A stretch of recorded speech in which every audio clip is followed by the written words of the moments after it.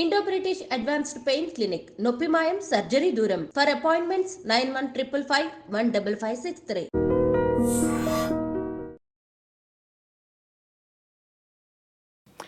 నమస్తే, welcome to I dream. Actually December మంత్లో police department వాళ్ళకు నిజంగానే ఒక షాకింగ్ అనుకోవచ్చు. అసలు ఉన్నతాధికారులకు కూడా అర్థం కాలే. వరుస పెట్టి నాకు తెలిసైతే 8 మంది ఆత్మహత్య చేసుకున్నారు డిసెంబర్ నెలలోనే. అంతకంటే ముందు మేబీ చేసుకుండొచ్చు, కానీ మరీ హయ్యెస్ట్ అంటే హయ్యెస్ట్ నాకు తెలిసి మొన్న డిసెంబర్ మంత్లోనే జరిగింది. పోలీస్ డిపార్ట్మెంట్ అంటేనే మన అందరికీ తెలుసు కదా, స్ట్రాంగ్ డిపార్ట్మెంట్ అండ్ అన్ని కేసులు డీల్ చేసేది వాళ్ళే అండ్ సమస్యలు వచ్చినా డీల్ చేసేది వాళ్ళే. ఇంత వీక్గా అంటే నిజంగానే వీక్ అయిపోయే కదా, ఏం అర్థం కాక టోటల్లీ అంటే బ్లాంక్ అయిపోయి చావు దాకా దారి తీస్తుంది. ఆ చావుకి కారణం ఏంది అని అంటే టోటల్లీ అంటే పూర్తిగా డిప్రెస్ అయిపోయిన పరిస్థితి. అంత స్ట్రాంగ్ డిపార్ట్మెంట్ కానీ డిప్రెస్ అయిపోయి వాళ్ళే చాలామంది ఆత్మహత్య చేసుకున్నారు. ఎందుకు? What is the reason? మనతో పాటు ఉన్నారు psychologist and career counsellor doctor Pratima గారు. మ్యామ్ నమస్తే. నమస్తే అండి. యా, అర్థం కాలేదు మ్యామ్. యాక్చువల్లీ డిసెంబర్ మంత్లో అంటే నేనే కదా చాలా వార్తలు నేనే చెప్పిన కాబట్టి 8 మెంబర్స్ మ్యామ్, దగ్గర 8 మంది, అన్ని ఆత్మహత్యలే. Some one or the other reason, ఏదైనా రీజన్ కావచ్చు, కానీ చనిపోవడమే పరిష్కారం అనుకున్నారు, చనిపోయినారు. గంత స్ట్రాంగ్ డిపార్ట్మెంట్, అసలు కేసులు ఏవచ్చినా క్రైమ్ సీన్లో ఏం జరిగినా వాళ్ళే కదా ముందుండి దగ్గరుండి చూసేది. స్ట్రాంగ్ ఉంటారు వాళ్ళు, బాగా రఫ్గా ఉంటారు అని అనుకుంటాం జనరల్లీ. అయితే ఇంత వీక్ మైండెడ్ కూడా ఉంటారా అని అనిపించింది మ్యామ్. ఎందుకట్లా అయి ఉంటుంది? What is the reason?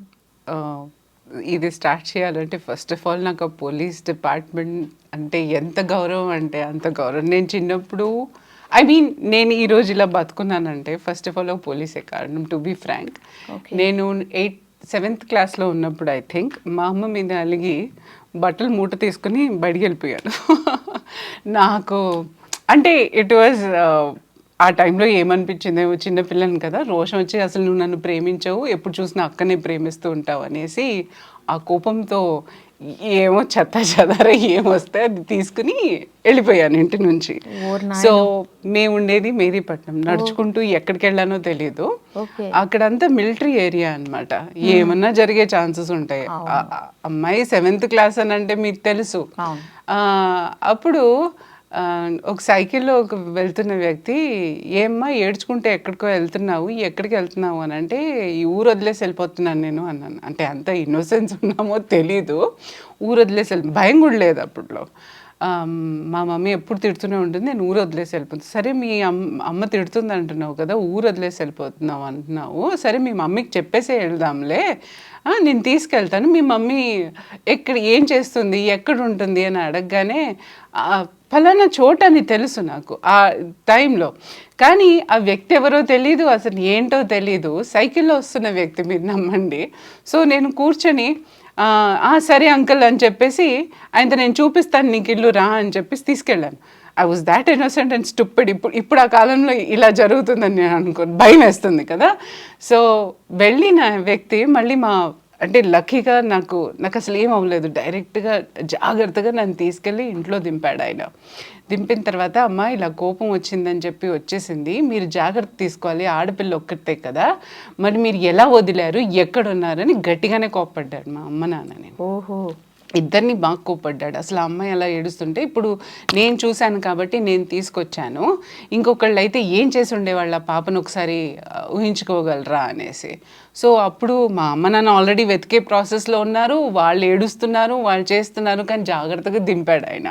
తర్వాత ఆయన గురించి తెలిస్తే ఆయన పోలీస్ ఇన్స్పెక్టర్ అని తెలిసింది. అప్పట్లేదో మాకు తెలీదు. సో ఆ టైంలో నిజంగా నేను బతికి బయటపడ్డానేమో కదా, నాకు నిజంగా వాళ్ళంటే చాలా గౌరవం, చాలా రెస్పెక్ట్. ఆ పొజిషన్ అంటే అంత ఆ రేంజ్లో చూస్తాను. సో దేవుళ్ళు నిజంగానే. ఈరోజు మనం ఈ సోల్జర్స్ కానివ్వండి, వాళ్ళు అక్కడ వెళ్ళి పోట్లాడుతున్నారు, వీళ్ళు ఇక్కడ మనని చూసుకుంటున్నారు, జాగ్రత్తగా కాపాడుతున్నారంటే మనం ప్రశాంతంగా ఇంట్లో కూర్చొని రాత్రిళ్ళు నిద్రపోతున్నామనంటే కారణం వీళ్ళే. అంటే పెట్రోలింగ్ అనడం కానివ్వండి 24/7 వాళ్ళు ఎలాంటి డ్యూటీస్ చేస్తారో మనకు తెలుసు. సో ఇక్కడ మెంటలీ ఫిజికలీ వాళ్ళు చాలా స్ట్రాంగ్గా ఉండాలి, తప్పదు వాళ్ళకి. అలాంటి ట్రైనింగ్ కూడా ఇస్తారు. చాలా పిక్చర్స్లో మనం చూస్తూ ఉంటాం వాళ్ళు పోలీస్ ట్రైనింగ్ అంటే ఎంత డిఫికల్ట్ అయి ఉంటుందో. అంటే ఫిజికల్ ట్రైనింగ్తో పాటు మెంటల్ ట్రైనింగ్ కూడా వాళ్ళకి అలాగే ఇస్తారు.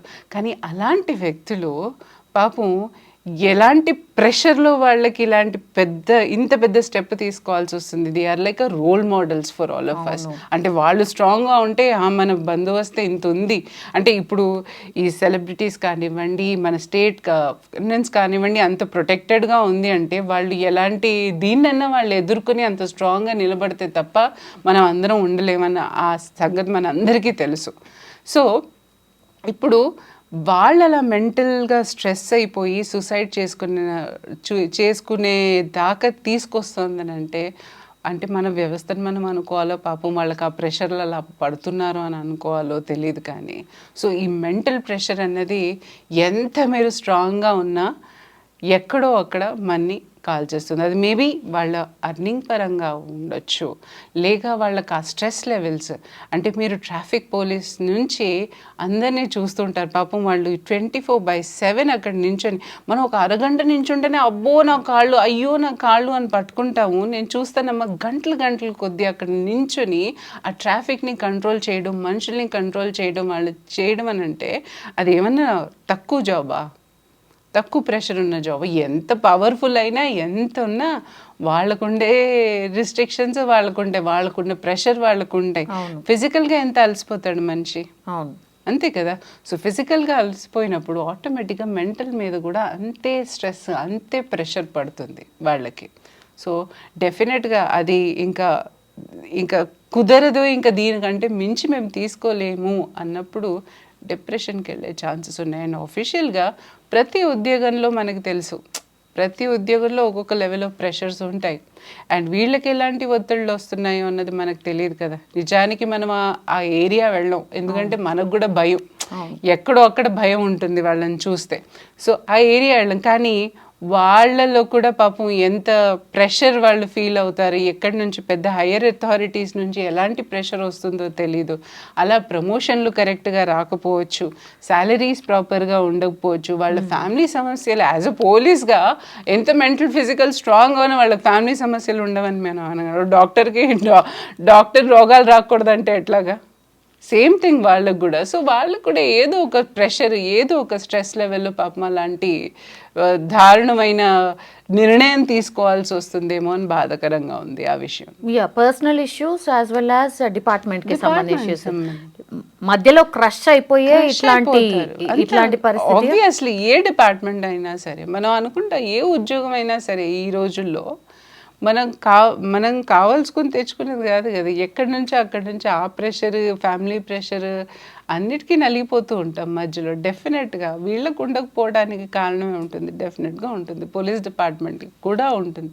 అండ్ ప్రతి ఫీస్ట్ కానివ్వండి, ఇండియన్ ఫెస్టివల్స్ కానివ్వండి, ఏ ఈవెంట్స్ కానివ్వండి, పాపం ఆన్ డ్యూటీ వెళ్ళాలంటే రాత్రి 12 ఫ్యామిలీని వదిలేసుకుని వెళ్తారు. Exactly ma'am. అంటే ఈ లీవ్స్ కూడా పెట్టుకున్నా సరే, ప్రయార్గా పెట్టుకున్నా సరే క్యాన్సిల్ చేసుకుని వెళ్ళిన వాళ్ళకి చేతులెత్తి దండం పెట్టాలి. యాక్చువల్గా డాక్టర్స్ కానివ్వండి, పోలీసులు కానివ్వండి, వాళ్ళ డ్యూటీ దగ్గర వాళ్ళు ఎక్కడ వెనక జారలేదు. 12 o'clock అంటే 12 o'clock వెళ్ళాలి, 1 o'clock అంటే 1 o'clock వెళ్ళాలి. చూడండి వాళ్ళ డ్యూటీ, వాళ్ళ జాబ్ అనేది ఎంత టఫ్. మనమన్నా కాసేపు పడుకోవడానికి ఉంటుంది.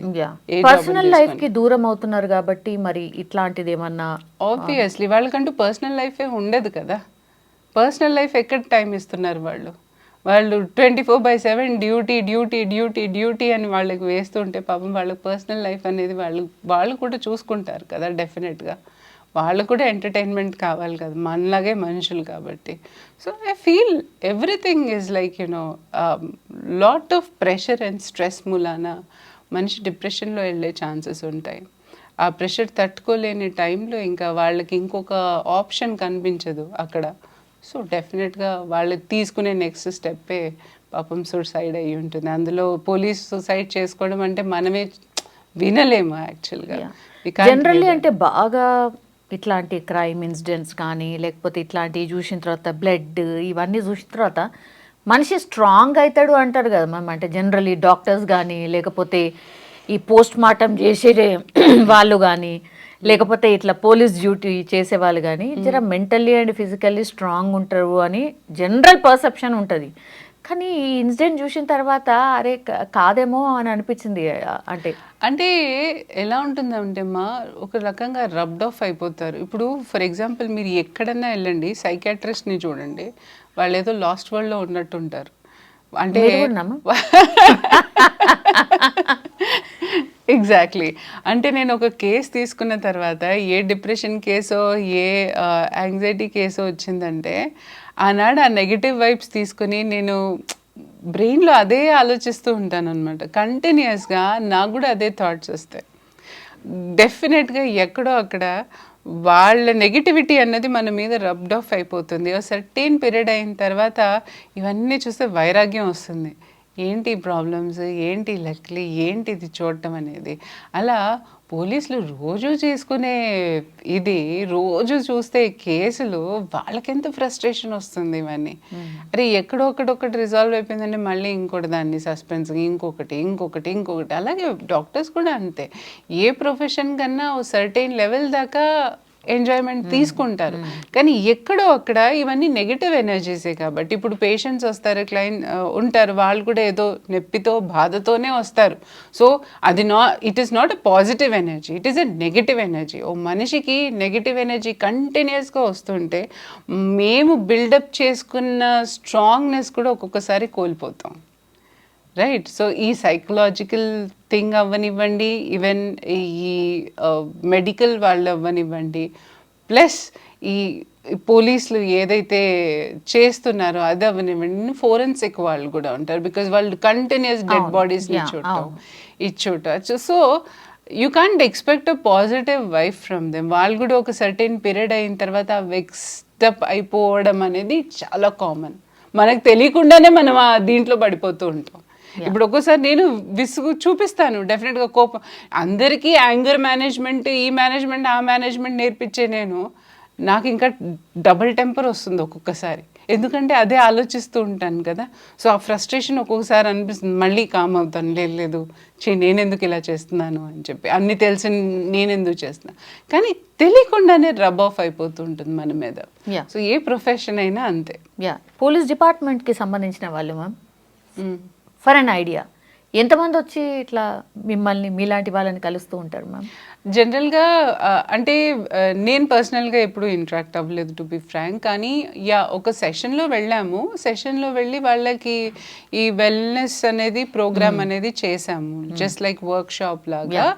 సో అప్పుడు జనరల్ ఇంటరాక్షన్, జనరల్ ఇది వాళ్ళకి ఏంటంటే ఇలా రోజు 24/7 డ్యూటీస్ ఇవే ఎక్కువ చెప్తారనమాట, ప్రాబ్లమ్స్ పాపం అలాంటివే ఎక్కువ ఉంటాయి. అలాగే ఫ్యామిలీ ప్రెషర్, ఇంటికి వెళ్తే ఎప్పుడు వస్తావు అనే కాల్స్ వస్తుంటాయి. ఇక్కడేమో ఆఫీస్ నుంచి కాల్స్ వస్తాయి. ఇవన్నీ తట్టుకోలేము ఒక్కొక్కసారి. సో ఇంట్లో కూడా ఎక్స్పెక్టేషన్స్ పెరిగిపోతాయి.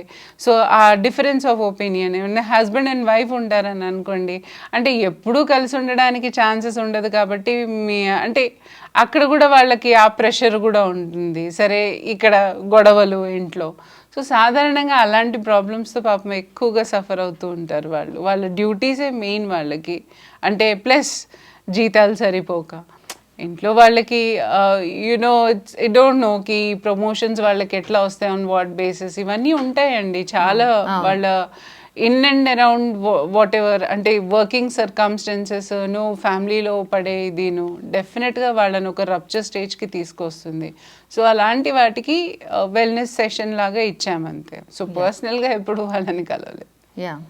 సో ఇట్లాంటి మీరు చెప్పినటువంటి కొన్ని డిపార్ట్మెంట్ వాళ్ళు ఎంత ఫ్రీక్వెంట్గా మిమ్మల్ని కలవచ్చు, అంటే మీలాంటి కౌన్సిలింగ్ చేసే వాళ్ళని ఎంత అంటే వాళ్ళు మెంటల్గా స్ట్రాంగ్ ఉండి హ్యాండిల్ చేసుకోగలిగితే they are always I want them to be so much strong for this society. ఎందుకంటే మాకు వాళ్ళు కావాలి, వాళ్ళు స్ట్రాంగ్గా ఉండాలి, వాళ్ళు మాకు ధైర్యాన్ని ఇవ్వాలి, వాళ్ళు మమ్మల్ని నడిపించగల వాళ్ళకంత ఇది రావాలి, స్ట్రెంగ్త్ ఉండాలి. సో కాబట్టి నేను ఎప్పుడు వాళ్ళు పర్ఫెక్ట్గా ఉండాలనే కోరుకుంటాను, వాళ్ళు అన్నిట్లోనూ బాగుండాలనే కోరుకుంటాను. సో అఫ్ కోర్స్ వాళ్ళకి ఏదైనా ప్రాబ్లం ఉంటే definitely they can approach us. Definitely we are there to help them out with any kind of frustration. Thank you. Thank you.